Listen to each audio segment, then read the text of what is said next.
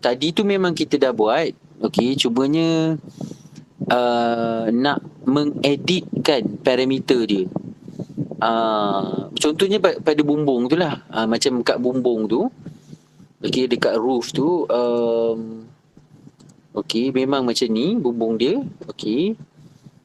Okey, tapi kalau I nak edit dia, I boleh select je bumbung tu. Then I click button edit footprint. Okay. And I can easily edit the shape of the roof. Okay. And okay, kalau I nak dinding, nak bumbung tu tertutup ke terbuka ke, pun boleh juga. Okay. Tapi memang I ada select dululah. Barulah I click button edit di atas tu. Okay. Untuk Revit BIM memang ada function ni. Okay, untuk AutoCAD tak ada. AutoCAD tak boleh buat macam ni lah. Okay. So I click edit footprint, right? Nanti I boleh tengok dia punya lining dia, nampak? Inilah lining roof I kan. Okay. Kalau yang ini, I memang tak nak dia close. That means I don't want to define slope. I don't want to have any slope in front of here. Okay, so I just got to select this and I uncheck define slope.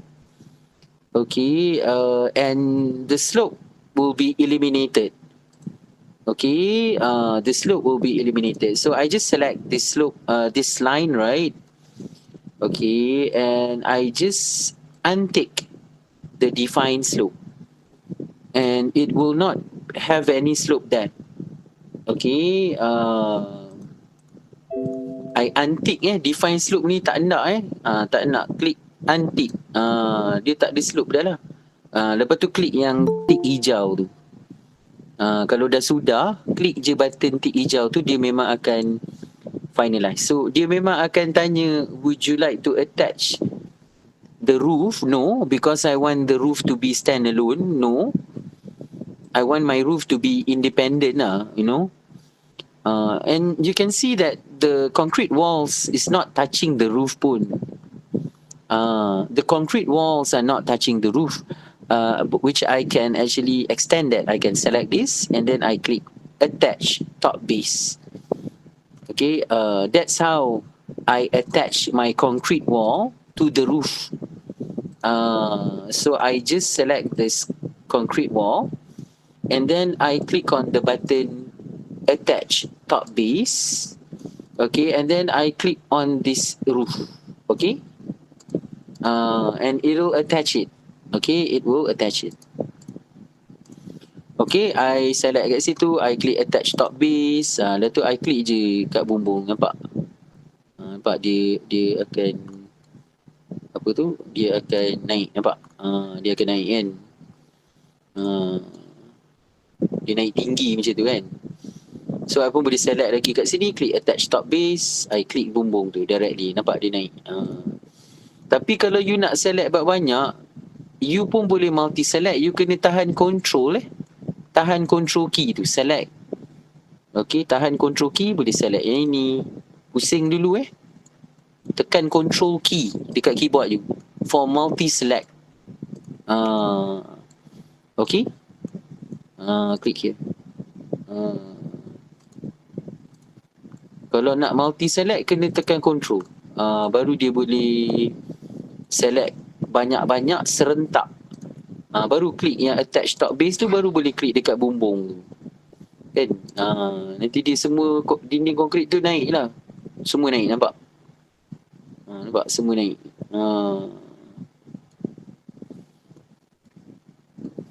Okay, untuk floor pun boleh. You boleh buat macam tu. Kalau untuk floor, untuk floor you pun boleh juga you nak buat macam tu.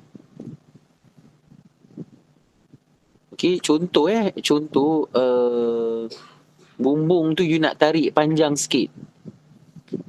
Bumbung tu nak tarik panjang sikit. Mungkin you nak buat porch kat depan tu. You nak buat porch kat depan, katakan kan. So I pun boleh select je bumbung tu dulu. Lepas tu I click edit footprint. Okay, nanti Sekejap tadi memang I select bumbung tu, I klik button edit footprint. Okay, I memang select dulu bumbung tu. Select dulu bumbung. Okay, barulah I klik button edit footprint. Okay, edit footprint ni dia boleh modify balik lining tu. Lining yang 2D kita buat tadi tu, dia boleh modify tanpa delete pun roof tu. So I boleh pergi kat level tu kan. Ni boleh nak tarik ke depan sikit. Select ni tarik ke depan sikit. Mungkin dalam 4 meter kat sini. Nak type ukuran pun boleh kat sini. Type 4000 extension. Kat sini pun boleh type, nampak. Okay, so klik tik hijau. Kalau dah, klik tik hijau. Okay, nampak bumbung tu memang dah ke depan macam tu. Okay, dia ke depan. Jadi boleh nak masuk kereta ke apa kan. Select dia punya flooring dia tu. Okay, apa boleh select floor dia. Klik edit boundary. I can also modify my floor. I can also modify my floor. How did I do that? I select this one. And then I click the button edit boundary. So I boleh buat extension dekat floor tu. Dan I tak perlu pun delete objek tu. Okay. Okay. Dia lebih advance dari AutoCAD lah. Okay, dia memang lebih advance dari AutoCAD. Ni pergi kat level 1 kan. Ni kat level 1. Okay. Kalau kat level 1 memang tak nampak. Kalau kat level 1 sebab dia memang overlap kan. Kalau macam ni, kat sini pun I boleh type je. Kat sini 4000. Okay. Okay, extension kat situ. Nampak? Kat sini kan nampak I type. Okay, klik tik hijau. Nampak floor tu extend ikut dia punya bumbung. Ni kalau nak masuk column, boleh masuk column. Architectural column, double click level 1 ni. Okay, nak masuk column boleh. Boleh masuk column, klik architecture, klik column. Column architectural. Okay. Column architectural ni pun dia akan beri kita senarai column yang ada. Okay, yang rectangular punya ada. So boleh guna yang rectangular punya ada. Kalau nak guna kolom-kolom yang lebih moden, macam tadi juga, macam you buat nak masukkan pintu dengan tingkap tadi, kan you ada klik button load family kan. Load family ni membolehkan kita memasukkan Revit component library yang lain. Yang dalam Revit tu memang ada beberapa, tapi sebenarnya dekat Google search pun ada banyak you boleh Google tau. You boleh Google. Ada lagi yang latest yang modern punya adalah. Kalau yang macam ni punya memang kita ambil daripada Revit punya. Kedudukan dia terletak di C drive, program data, Autodesk, RVT, library, US Imperial. Okay, lepas tu I ambil lah column. Ambil column nampak column pun ada yang macam ni, ada yang macam ni. Ada yang chamfered, ambil Doric, ada yang Doric. Nampak? Ada yang chamfered. Okay, kalau I ambil yang Doric punya macam ni. Okay. So I ambil yang Doric punya. So height ni I letak dia up to level 2. Okay. Okay, and then I can put it here. Okay, let's say I put it here. And I put it here. Okay. Tekan escape. Click 3D house button. Okay, so escape So nampak dia dah ada satu architecture column kat situ. Okay. Dan memang I buat dia tu ikut level 2 lah. Okay, kalau you tengok dekat east elevation dia macam ni. Kalau north elevation macam ni. South elevation macam ni. Okay.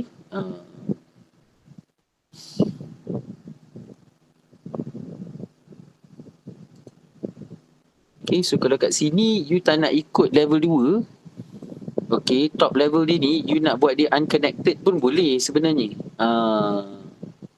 Okay, boleh. You boleh ubah kat sini lah, dekat properties ni. Okay, dekat properties ni kalau you nak ubah pun boleh juga. Okay, ni I delete I delete dulu. Delete dulu column yang ni. So I pergi kat level 1 ni. Okay, I pun boleh pilih column yang chamfered tadi tu, structural column. Okay, I pilih load family I pilih chamfered punya Okay, sorry, metal clad. I'm choosing metal clad. Okay, but I put the height independent lah, you know, unconnected. Okay, maybe I put lah 3000 ke dulu. Okay, I letak kat sini. Ini I pilih metal clad. Tekan escape. Okay, so I dapat yang macam ni. Nampak? Okay, I nak tukar location dia pun boleh. I gerakkan, move je dulu. Okay, I tukar location dia.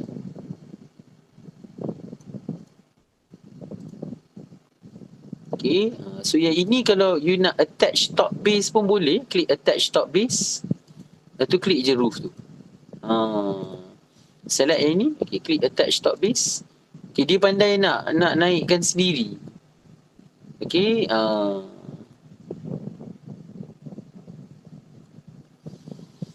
okay, lagi satu. Okay, lagi satu. Tentang komponen, memasukkan komponen. Okay, contohnya you memang nak masukkan komponen macam furniture, okay, dan sebagainya. So you boleh double click level 1. Okay. Okay, button dia terletak di sini. Okay, button dia terletak di sini. Di architecture, component, place a component.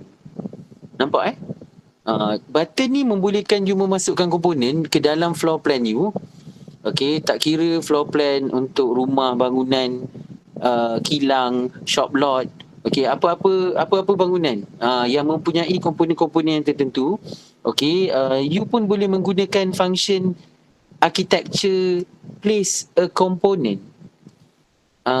Selalunya kita akan masukkan dia di dalam floor plan view lah, ataupun pandangan hadapan. Sorry, pandangan top. Level 1 ni sebenarnya pandangan top.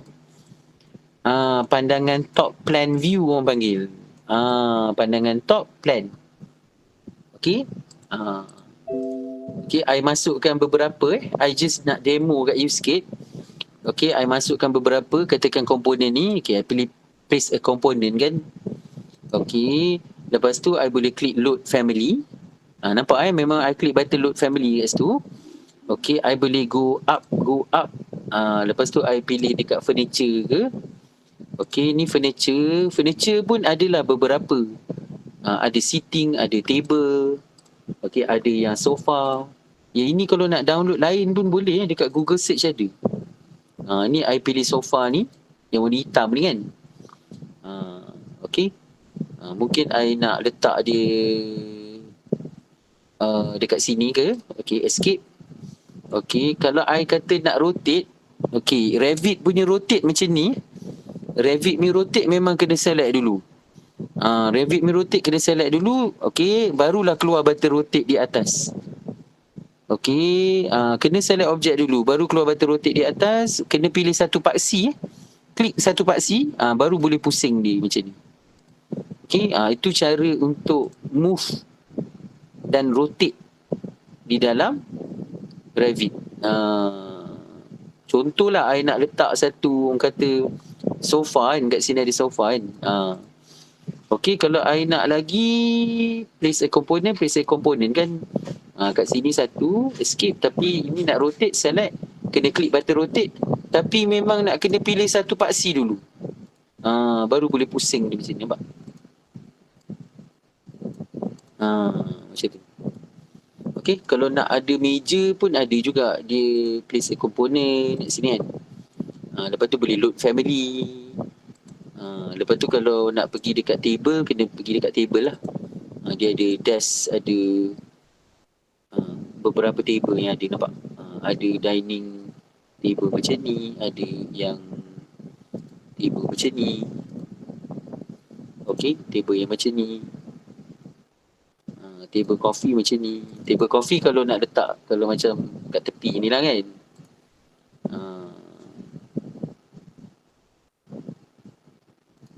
Okey, kalau table yang kat tengah tu,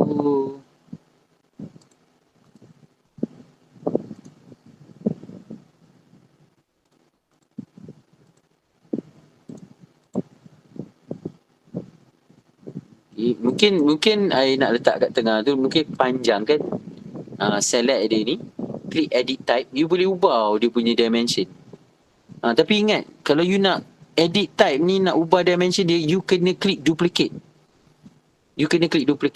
Dan you kena namakan lah, katakan meja panjang. Tapi I memang guna Revit Component Library, cumanya I nak panjang sikit. Mungkin ni 1 meter ke? Kan? 1 meter katakan. Nampak? Dia besar sikit kan? Okay. Maybe memang dah masukkan macam ni. Okay. Mungkin I masukkan lagi lah. Place a component. Okay, I klik load family. Okay, I guna table dining ni. Okay, yang with chairs ni. Okay. Yang ini pun boleh edit type juga tau ni. Boleh klik edit type. Kod lah you nak lain, duplicate. Mungkin you nak yang 8 seaters punya kan. 8 seaters. Cumanya yang chairs ni kena jadi 8 lah. Okay. Radius, diameter ni semua boleh ubah ni. Mungkin besar sikit kan, 800. Okay. Okay, so dia memang besar sikit. Katakan kat sini satu ke. Okay. Ni 8 seaters punya ni. Kalau I kata I pergi dekat komponen, place a component, nak masukkan sofa tadi tu kan. Boleh letak lah kat sini ke kan. Ni ada satu lagi ke. Okay, ni contoh je lah. Jadi at least you tahu macam mana nak control dia dan kewujudan function tu sebenarnya. Okay, komponen ni pun boleh download. Dekat internet ada lagi sebenarnya. Boleh download dekat website yang free. Revit Component Library, dia ada lagi sebenarnya. Kalau you nak download pun boleh. Macam ni memang tak nampak. I dah masuk kan, tapi tak nampak kan. Itu yang dekat properties ni, kita activate section box. Dekat sini. I activate section box tau. I activate section box ni, nanti dia akan keluar section box. Okay, kat sini. Nampak? Okay, section box tu ada. Barulah I boleh control section box tu. Sebab section box ni kalau kita turunkan, dia boleh nampak dalaman dia tu. Nampak? Macam ni kan.